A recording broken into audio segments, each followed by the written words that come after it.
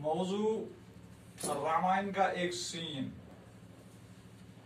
रामचंद्र जी मां से रुखसत लेते हुए। रामायण जो है ये एक रज़्मिया नज़्म है।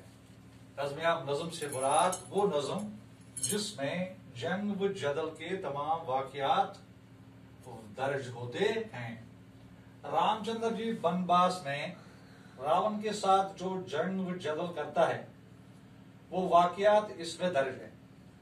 रामायण का एक सीन जो है शकबस्ते की शायरी से माखूज है। इस सीन में रामचंद्र जी अपनी मां से जब वो वनवास जाता है तो अपनी वालिदैन बिलखुसूस अपनी वालिदा से रुखसत होने के वाकयात को शायराना फनकारी में के साथ नज़म किया गया है। रामचंद्र जी जिन्हें हिंदू धर्म के मुताबिक विश्व अवतार माना जाता था।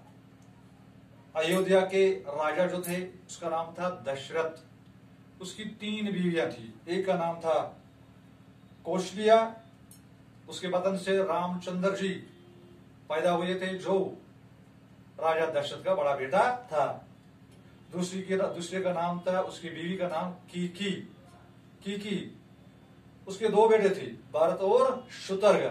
तो तीसरी की रानी जो थी उसका नाम था सुमित्रा। उनका बेटा जो था उसका नाम था लक्ष्मण।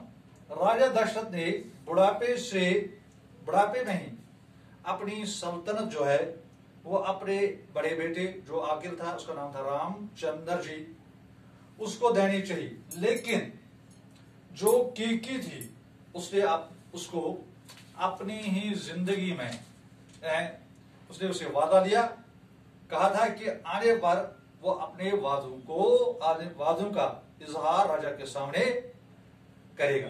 अब कीकी के लिए वक्त आ गया था क्योंकि वो बूढ़ा हो चुका था। अब वो रामचंद्र जी को जो गद्दी वो देना चाहता था।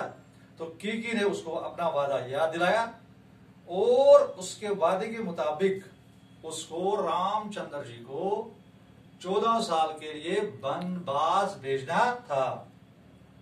और दूसरा वादा यह था कि राजा इसके बेटे भरत जो है कीकी के दूसरे बेटे उसको सल्तनत जो है वो हवाले करेगा। यानी 2 वादे थे जो उसने उसको कराए थे। एक तो रामचंद्र जी को वनवास जाना है ताकि वो सल्तनत से दूर रहे, और दूसरा वो अपनी सल्तनत जो है इन 14 साल के लिए भरत को हवाले करेगा। राजा दशरथ को ये दोनों वादे जो थे वो उसको निभाने पड़े और रामचंद्र जी को वनवास जाना पड़ा।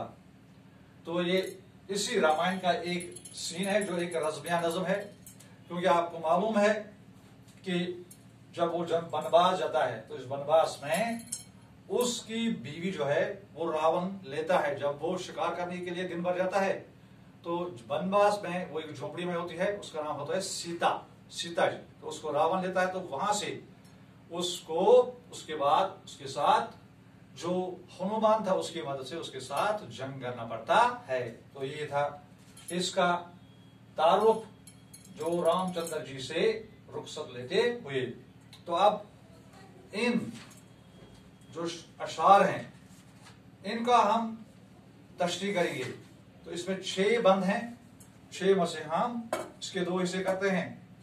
एक में 2 या 3 बंद रखते हैं और दूसरे में बाकी बंद जो है उनकी तशरीह करते हैं।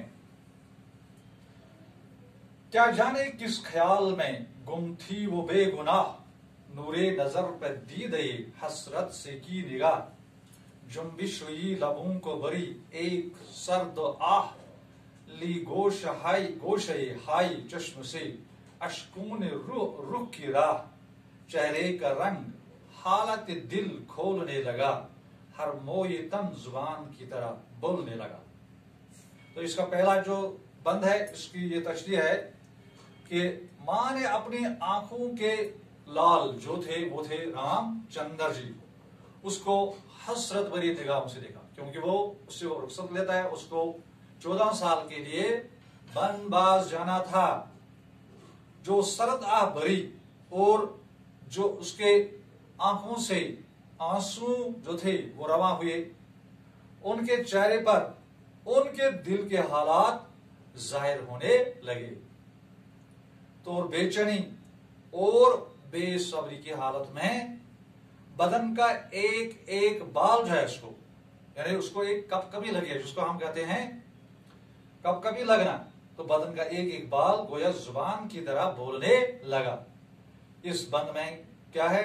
दुख और इज़्तिराब, परेशानी, बेचैनी, बेकरारी जो है उसकी तस्वीर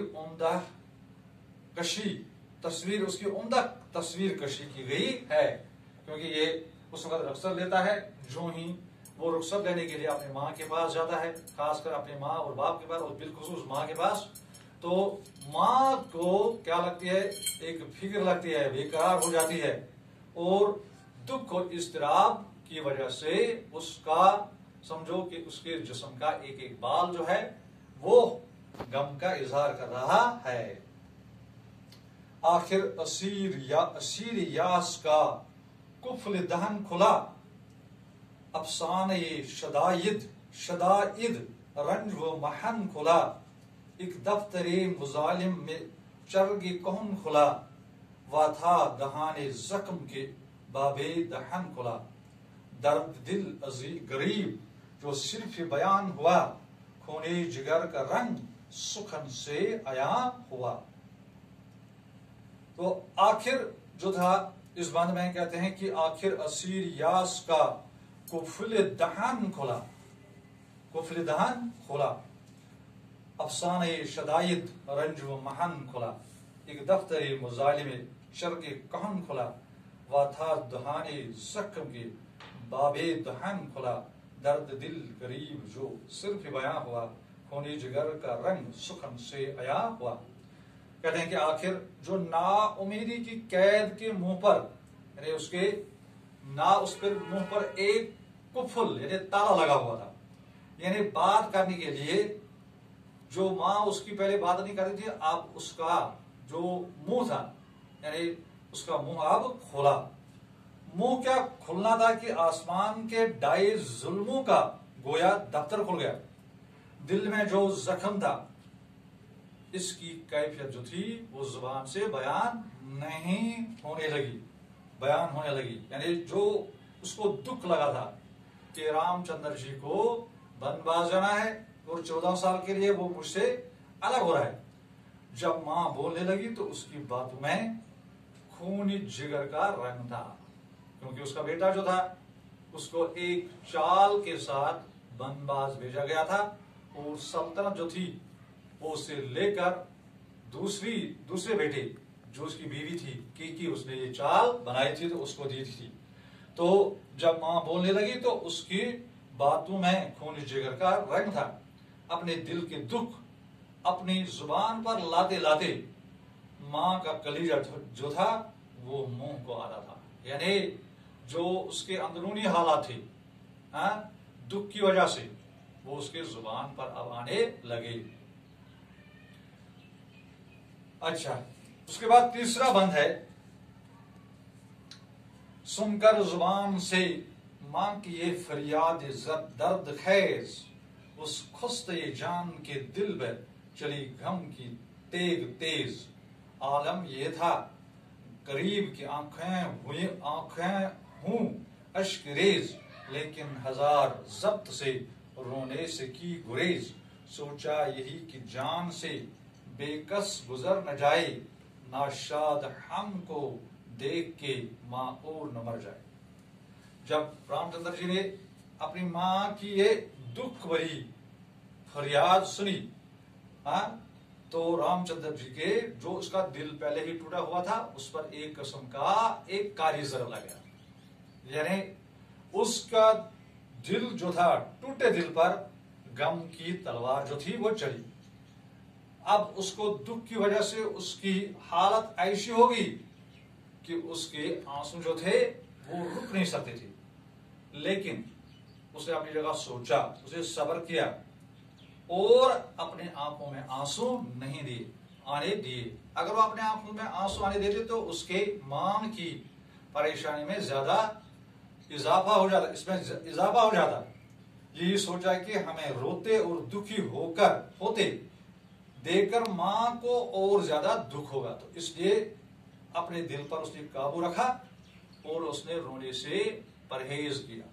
तो यह सुनकर जुबान से मां की ये फरियाद दर्द खेज उस खस्ते जान के दिल पर चढ़ी गम की तेज। आलम ये था करीब कि आंखें हों अश्क रेज, लेकिन हजार जब्त से रोने से की गुरेज।